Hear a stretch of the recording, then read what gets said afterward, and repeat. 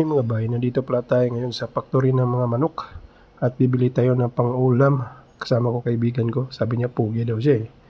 So ngayon, hinintay lang namin na magbukas kasi naka-break time pa yung mga tao dito.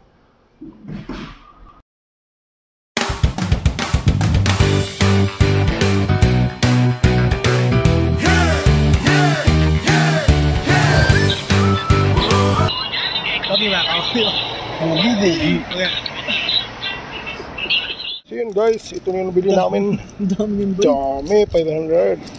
200 sa akin. Yun mga bay, mag-umpisa na tayo magluto. At hindi ko na pala pinakita kung paano ginisa yung mga sangkap. At yun, ito na. Malapit ng kumulo. At pagkatapos ito, kakain na tayo mga bay. So ito pala yung tinula na manok. Yeah, masarap yan. Yummy, yummy.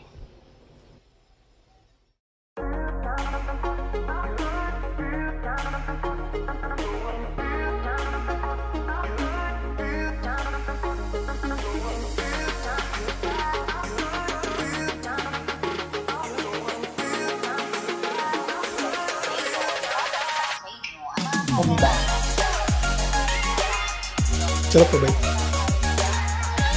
Lamig kayo ba? Lamig kayo ba? Lamig kayo! So yun mga bay, mag-umpisa na tayong kumain. At yun, ang sarap-sarap ng kain ko dito mga bay. Mukbang to. Ako lang mag-isa kasi yung isa nauna nang kumain eh. Inunahan akong kumain. At 4 na hiwa yung naubos ko dyan kasi mahilig talaga ako sa sa ulam, sa rice. So maraming palang salamat sa yung support nga mga bay. So follow for more videos and updates. Salamat sa yung support mga bay. God bless sa atong tanan. #OFW Life in Taiwan.